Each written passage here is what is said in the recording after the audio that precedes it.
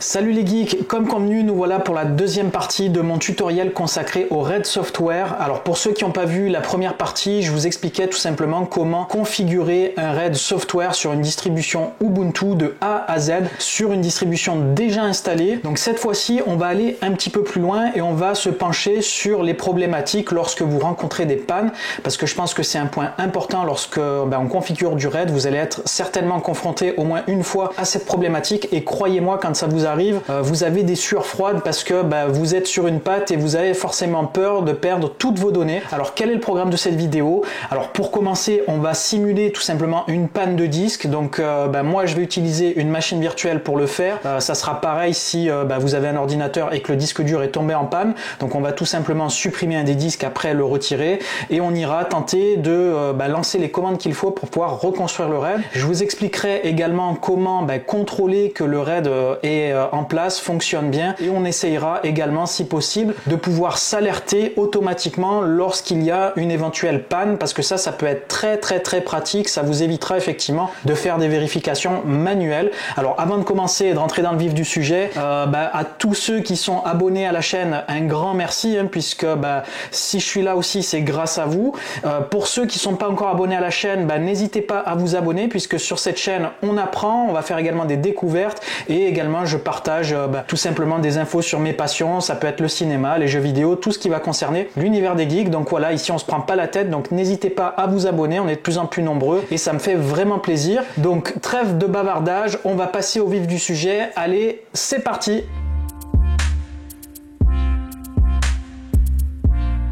Allez, c'est parti, nous voilà donc sur l'ordinateur, on est accompagné de mon magnifique fond d'écran The Last of Us, donc qui va nous suivre tout le long de ce tutoriel. Alors pour commencer, on va déjà faire un premier constat au niveau du RAID. On va aller vérifier tout de suite l'état de notre RAID, donc concernant la précédente vidéo, pour vérifier si tout est en ordre. Alors pour vérifier donc l'état du RAID, vous ouvrez votre terminal, vous avez l'habitude certainement de l'utiliser, et là on va lancer la commande suivante, donc sudo, donc toujours pareil, la plupart des commandes que vous devrez utiliser sous Ubuntu par exemple, des commandes système, vous devrez la précéder par la commande sudo, donc pour le mode super utilisateur.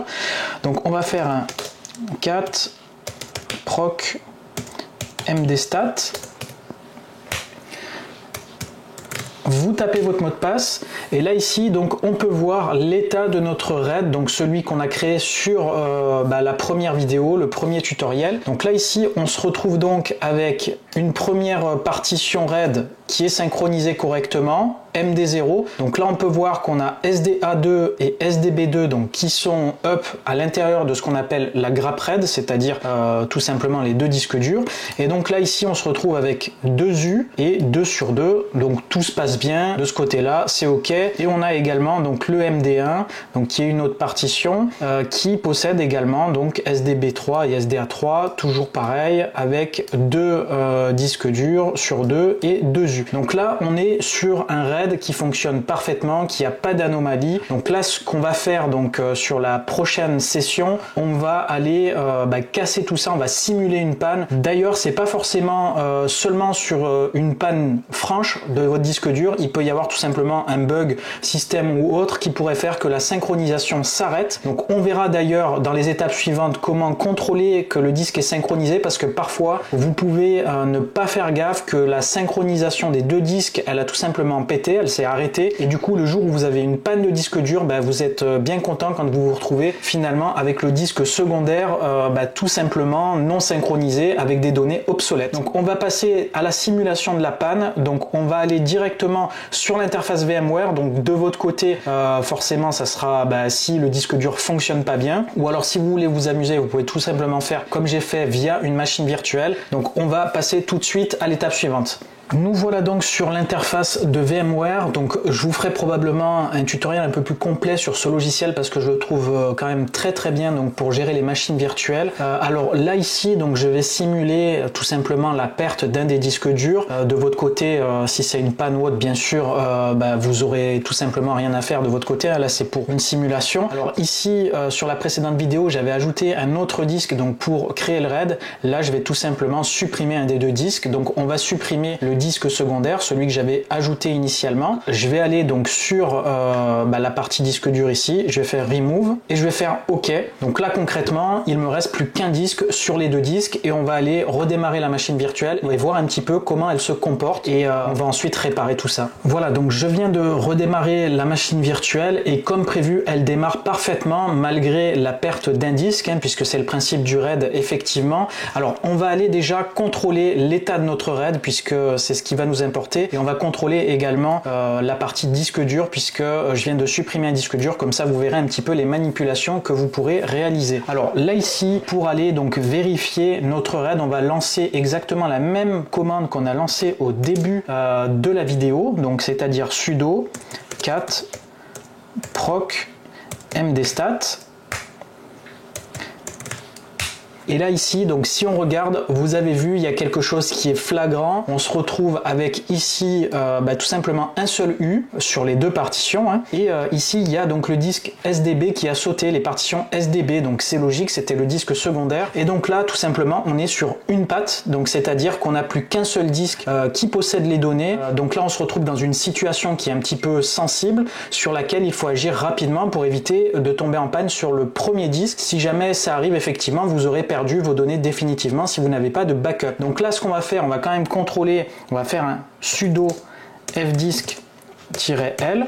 On va vérifier quand même si le disque est toujours présent, toujours détecté. Alors de mon côté, je l'ai supprimé, donc je ne le verrai plus. Dans votre cas, il est possible que vous voyez toujours le disque. Donc ça, c'est la vérification qu'il faudra faire. Et donc là ici, si on regarde au niveau des disques, j'ai bien un dev SDA ici qui est trouvé de 80 Go, mais j'ai perdu mon SDB, il n'est plus là.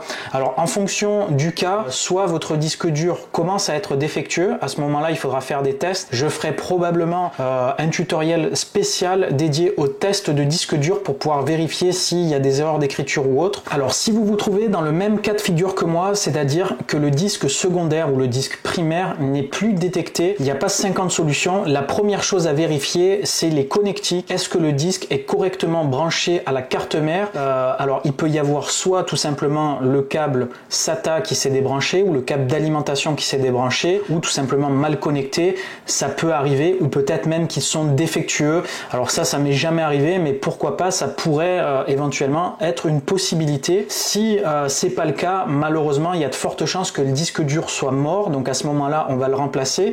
Alors nous, on va partir du principe, puisque moi je vais rentrer dans ce cas de figure-là, que mon disque dur, là, le secondaire, est mort, et je vais me poser dans la position où il va falloir que j'ajoute un disque dur neuf pour resynchroniser mes données et retrouver un RAID totalement fonctionnel. Donc si vous êtes dans ce cas de figure-là, on va imaginer que vous avez donc un nouveau disque dur sous la main pour remplacer donc le disque dur défectueux et on va aller reconfigurer notre RAID. Alors moi, ce que je vais faire dans la prochaine étape, ça va être tout simplement créer un disque virtuel qui va correspondre tout simplement à l'opération de votre côté de mettre votre nouveau disque dans l'ordinateur, et ensuite on ira rallumer tout ça pour rentrer les commandes pour pouvoir reconfigurer notre RAID correctement. Alors nous voilà de nouveau sur l'interface VMware. Donc cette fois-ci, je vais aller donc ajouter un nouveau disque à l'intérieur de ma machine virtuelle. Donc là, je vais cliquer ici sur cette partie-là. Comme ça, vous voyez un petit peu comment le logiciel fonctionne. Et là, ici, je vais faire Add. Je vais donc laisser Hard Drive par défaut. Je vais faire Suivant. Donc on va le laisser en SCSI. Hop, Suivant. Donc je vais lui mettre 80 Go. Alors important, lorsque vous remplacez donc un disque dur pour du RAID, l'idéal c'est d'avoir un disque dur de même capacité, puisque sinon vous allez perdre soit l'excédent, si c'est plus petit ça marchera pas. Donc il faut absolument au minimum la même taille. Donc on fait suivant, suivant, et voilà, donc je viens d'ajouter mon disque dur à la machine virtuelle. Donc maintenant je vais démarrer donc la machine virtuelle et on va aller contrôler si le disque est correctement détecté, et ensuite on fera les manipulations nécessaires. Voilà, donc la machine virtuelle vient de redémarrer. Donc de votre côté, si vous avez rallumé votre ordinateur après avoir branché votre disque dur, la première chose à faire, c'est de vérifier si le système l'a correctement détecté. Alors pour ça, il y a une commande qu'on a vue tout à l'heure, donc c'est celle-ci qu'on va relancer encore pour aller contrôler tout simplement la présence du disque dur. Alors vous allez taper sudo, ensuite fdisk-l, Donc c'est le programme Linux qui permet de vérifier l'ensemble des disques présents sur l'ordinateur. Et donc là ici, donc on va remonter, puisque moi j'ai plein de petits disques là virtuels qui m'intéressent pas. Moi ce qui va m'intéresser, ça va être ici. Donc on va retrouver donc ici mon disque dur numéro 1, donc le Dev SDA de 80 Go.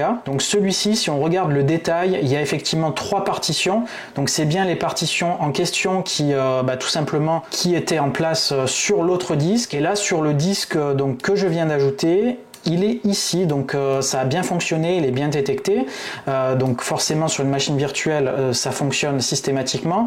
De votre côté, si vous ne voyez pas votre second disque, n'hésitez pas à vérifier les branchements. Dans tous les cas, si vous le voyez, vous pourrez constater qu'il n'y a aucune partition à l'intérieur, ce qui est logique. Donc ça, c'est ce qu'on va voir sur la prochaine étape, comment reconfigurer le disque dur. Donc on va attaquer ça tout de suite. Alors là, on va attaquer la partie sensible de ce tutoriel. Il va falloir être très vigilant sur ce que vous faites. Alors la première chose à vérifier, à contrôler, c'est le disque dur qui est en panne. Il faudra changer la commande en fonction du numéro du disque dur qui a été, je dirais tout simplement, défectueux. Alors moi, dans le cas présent, c'est le disque numéro 2, donc le SDB. Ces commandes-là seront valables si c'est le disque numéro 2 qui est tombé en panne. Si c'est le disque numéro 1, donc le disque A, à ce moment-là, il faudra du coup changer les lettres, puisqu'effectivement, ça va pas fonctionner et vous risquez de faire des bêtises. Alors là, donc dans votre cas, on va partir du principe que c'est le disque secondaire. Je vous dirai donc comment faire dans le cas où c'est le disque principal. Alors là, comme on l'a vu tout à l'heure, effectivement, il n'y avait pas donc de partition sur le disque secondaire. Donc ce qu'on va devoir faire, ça va être tout simplement de réinjecter la table de partition sur le disque vierge, donc avec la commande suivante. Alors je vais vous la coller, je la mettrai également en description, donc vous pourrez la récupérer. Je vais vous expliquer quand même à quoi ça correspond. Donc là ici, on va tout simplement utiliser donc la commande sfdisk pour aller dupliquer les tables de partition du disque SDA vers le disque SDB. Donc dans le cas où c'est le disque SDA qui est tombé en panne, il faudra faire l'inverse, c'est-à-dire récupérer les tables de partition de votre disque dur numéro 2 pour aller les injecter dans le disque dur numéro 1. Vous avez compris le principe. Donc là, vous tapez ça, vous faites entrer, et là ici, donc on vient de créer les tables de partition. Donc si on refait un sudo fdisk-l et qu'on recontrôle nos partitions, ici vous allez voir que le dev SDB a été, je dirais, cloné au niveau de la table des partitions. On a exactement les mêmes informations sur les deux disques et c'est exactement donc ce qu'il fallait faire pour déjà préparer notre travail. Donc ensuite, ce qu'on va faire, on va donc recontrôler notre RAID pour que vous puissiez voir un petit peu les informations actuellement qui sont présentes. Donc on a vu tout à l'heure. Donc là, on a bien vu, il manque ici donc le SDB numéro 2 et le SDB numéro 3 ici, donc les deux partitions sur le disque secondaire. Donc c'est celle-ci qu'il va falloir réinjecter dans le RAID. Donc là, il va falloir lancer 2 commandes successives pour le MD0 et pour le MD1. Donc maintenant, on va pouvoir saisir les dernières commandes pour pouvoir réinjecter notre disque secondaire à l'intérieur de notre RAID. Alors là, il va falloir lancer donc autant de commandes qu'il y a de partitions désynchronisées. Donc là, pour mon cas, j'en ai 2. Donc si vous en avez qu'une, vous aurez qu'une seule commande à taper. Alors là ici, comme je vous l'ai dit tout à l'heure, c'est le point où il faut être vigilant. Moi pour ma part, c'est le disque numéro 2, donc le SDB qui est disparu et qui est à réinjecter. Donc il faudra faire totalement l'inverse si c'est le disque A, donc qui a été réinjecté et qui est vierge. Donc là ici, moi je vais donc taper la première commande pour resynchroniser donc ma partition numéro 1 ici, hop, la MD1. Donc là ici, je vais vous expliquer un petit peu de quoi il s'agit. Alors là ici, toujours pareil, le sudo, vous avez l'habitude. Donc là, MDADM, c'est le programme qui gère le RAID. Et ici, on va agir donc sur la partition dev MD1 qui se trouve ici. Donc c'est la plus grosse de mes partitions, c'est celle où il y a les données de mon système. Celle-ci, c'est ma partition EFI en fait, donc elle est très petite et ça va aller relativement vite. Et là, du coup, on va lui demander d'ajouter la partition dev SDB3 à l'intérieur de cette grappe-là pour que ça se resynchronise. Donc une fois que j'ai fait ça, je tape entrée.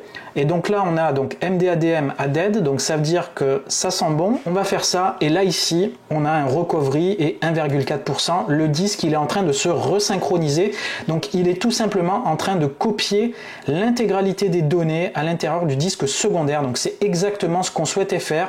Donc on va le laisser travailler tranquillement, ça va prendre un certain temps. Donc vous pouvez vérifier de temps en temps où vous en êtes. Donc là, vous voyez à peu près le temps que ça peut prendre sur 80 Go. Bien sûr, si vous avez une partition par exemple de 1 Tera ou de 2 Tera ou même plus, ça peut prendre plusieurs heures, donc soyez patient et surtout ne sollicitez pas trop le disque dur pendant que vous faites la resynchronisation, puisque ça va être encore plus long. Donc je vais le laisser travailler, ensuite on lancera la deuxième commande pour resynchroniser le deuxième disque, et ensuite on aura terminé la synchronisation, on pourra passer à la suite de la vidéo. Voilà, donc la resynchronisation du disque B, elle est terminée. Donc je vais maintenant ajouter donc l'autre partition qui nous manque. Hop, je vais coller donc la commande. Donc bien sûr, si vous avez qu'une seule partition, vous avez terminé donc votre travail. Hop, donc j'ajoute la deuxième partition et je vérifie. Voilà, ça va très vite là. Et voilà, donc là, j'ai tout simplement reconstruit le RAID sur un disque neuf. Donc là, vous pouvez dormir sur vos deux oreilles. Voilà, donc maintenant que notre disque il est resynchronisé, on va essayer d'aller un petit peu plus loin sur la prochaine partie, voir un petit peu les commandes qui peuvent nous être utiles pour soit tout simplement faire des vérifications, et également on verra comment s'alerter par email si jamais il y a une panne au niveau du RAID, ce qui nous permettra effectivement de pouvoir agir au plus vite et d'avoir à éviter constamment à aller vérifier manuellement si le RAID est resynchronisé. Donc ça peut être vraiment très pratique et vous sauver la mise dans pas mal de cas.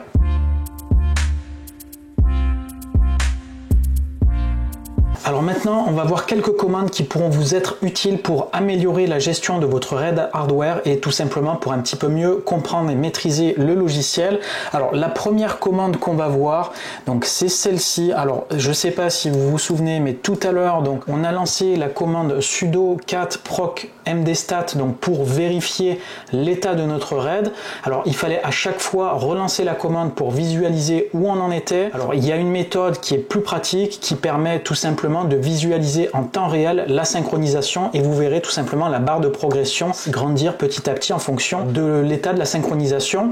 Et cette commande là, elle est faite pour ça. Alors si vous avez une resynchronisation qui va durer 10-20 heures, ça va pas forcément être nécessaire, vous pourrez vérifier tout simplement le lendemain quand vous vous réveillez. Mais si vous avez une resynchronisation qui est relativement rapide, vous pouvez donc lancer cette commande donc qui est sudo watch pour donc lancer l'affichage en temps réel, et ensuite la commande qu'on avait lancée, on fait entrer, on tape le mot de passe, et là ici donc ça va rester affiché comme ça, et tout simplement ça va se rafraîchir systématiquement, et vous verrez donc la progression qui avance petit à petit. Donc là tout est resynchronisé, donc l'écran reste statique, mais vous voyez ici il y a les secondes qui défilent, on a bien un affichage en temps réel. Donc ça c'est la première commande qui peut vous être utile. Alors autre commande pratique qu'on n'a pas vue qui vous permet d'avoir un petit peu plus d'informations sur la partition RAID que vous utilisez, c'est la commande suivante.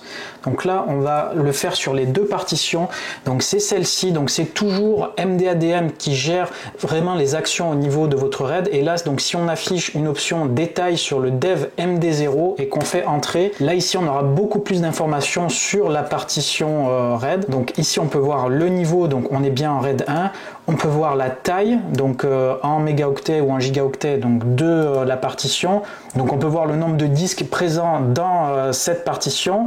On a également ici, ce qui est important, c'est l'état ici de la partition. On voit que les deux partitions, les deux disques en fait sont en active et en 5, donc ils sont bien synchronisés. Et ici au niveau du state, on est à clean, donc on n'est pas en dégradé. Donc voilà, la partition tout simplement, elle est dans un bon état. Donc là ici vous verrez avec un peu plus de détails s'il y a une anomalie sur une de vos partitions RAID. Donc on va faire pareil sur le MD1.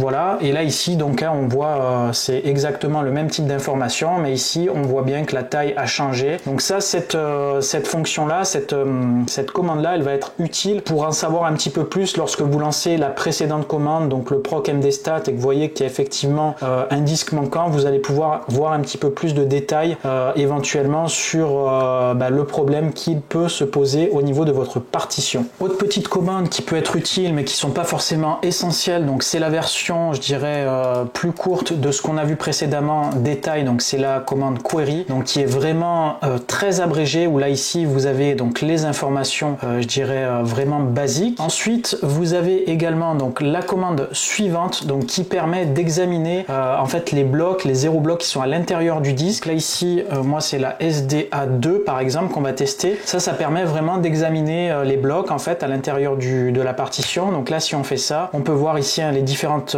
informations, et également donc une commande qui peut être très utile, donc c'est celle-ci qui permet tout simplement de relancer une resynchronisation lorsque les disques sont synchronisés mais qu'il n'y a pas forcément eu de remplacement ou que tout n'a pas forcément été vierge. C'est celle-ci donc qui permet tout simplement de réassembler les disques par rapport à ce qui est configuré dans votre fichier de configuration. Donc là ici, hein, si on relance un sudo cat donc hop proc mdstat, voilà, il n'y a eu aucune incidence là-dessus, mais voilà, si à un moment donné il y a une désynchronisation, qu'il faut relancer, on va dire un assemblage parce que le disque n'est pas forcément en panne ou autre, il y a eu tout simplement une erreur, vous pouvez lancer cette commande là, donc celle-ci que je viens de lancer, elle n'aura pas de toute façon d'incidence si le disque est déjà synchronisé, puisque ça va tout simplement forcer la resynchronisation. Donc voilà un petit peu pour les commandes les plus utiles. Alors bien sûr dans certains cas de figure, il y aura d'autres types de commandes qu'il faudra lancer, mais c'est vraiment des cas très particuliers. Il faudra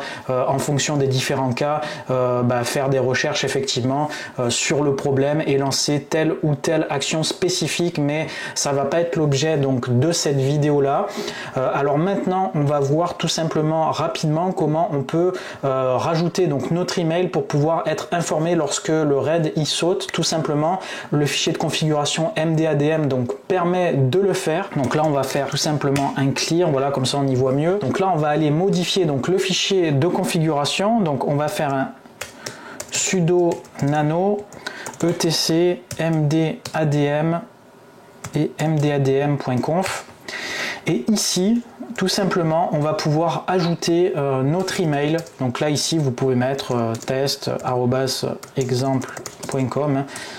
Donc là, vous mettez ça vous remplacez ça par votre email, et en fait le système va tout simplement gérer ça directement et pouvoir vous envoyer un email. Alors l'objet de cette vidéo, c'est pas de vous expliquer comment envoyer des emails depuis votre distribution Linux, puisque c'est un petit peu quand même complexe, ça nécessite quand même quelques manipulations. Je pars du principe que votre système peut envoyer des emails, donc bien sûr veillez à ce que ce soit le cas, sinon ça fonctionnera pas. Donc on verra ça dans une prochaine vidéo, je vais vous la préparer donc pour vous expliquer comment envoyer des emails, par exemple avec votre SMTP Gmail, pour pouvoir faire en sorte de recevoir ce type d'alerte là, ou si vous avez des crones ou des scripts qui permettent tout simplement de recevoir des informations par email, ça peut être très pratique. Voilà, donc maintenant vous savez créer un RAID, vous savez reconstruire un RAID lorsque vous avez une panne de disque dur, vous savez également interroger votre RAID pour savoir s'il y a une anomalie ou autre, et vous savez même forcer la resynchronisation lorsqu'il y a un bug ou autre, et vous savez même vous notifier par mail lorsque vous voulez contrôler tout simplement l'état de votre RAID de manière permanente. Donc là, je pense que vous en savez quand même plutôt pas mal sur le RAID software. Alors bien sûr, on peut toujours aller plus loin, aller au fond des choses, mais là globalement je pense que vous êtes prêts pour pouvoir gérer ça dans de bonnes conditions. Et voilà, ce tutoriel arrive à son terme. Alors j'espère que c'est un petit peu plus clair pour vous le fonctionnement du RAID, et également que vous savez un petit peu mieux comment réagir lorsque vous avez une panne matérielle par exemple, ou que tout simplement vous avez un RAID qui s'est désynchronisé. C'est vraiment primordial de maîtriser ces points là, sinon vous allez avoir des difficultés quand même importantes. Alors pour ceux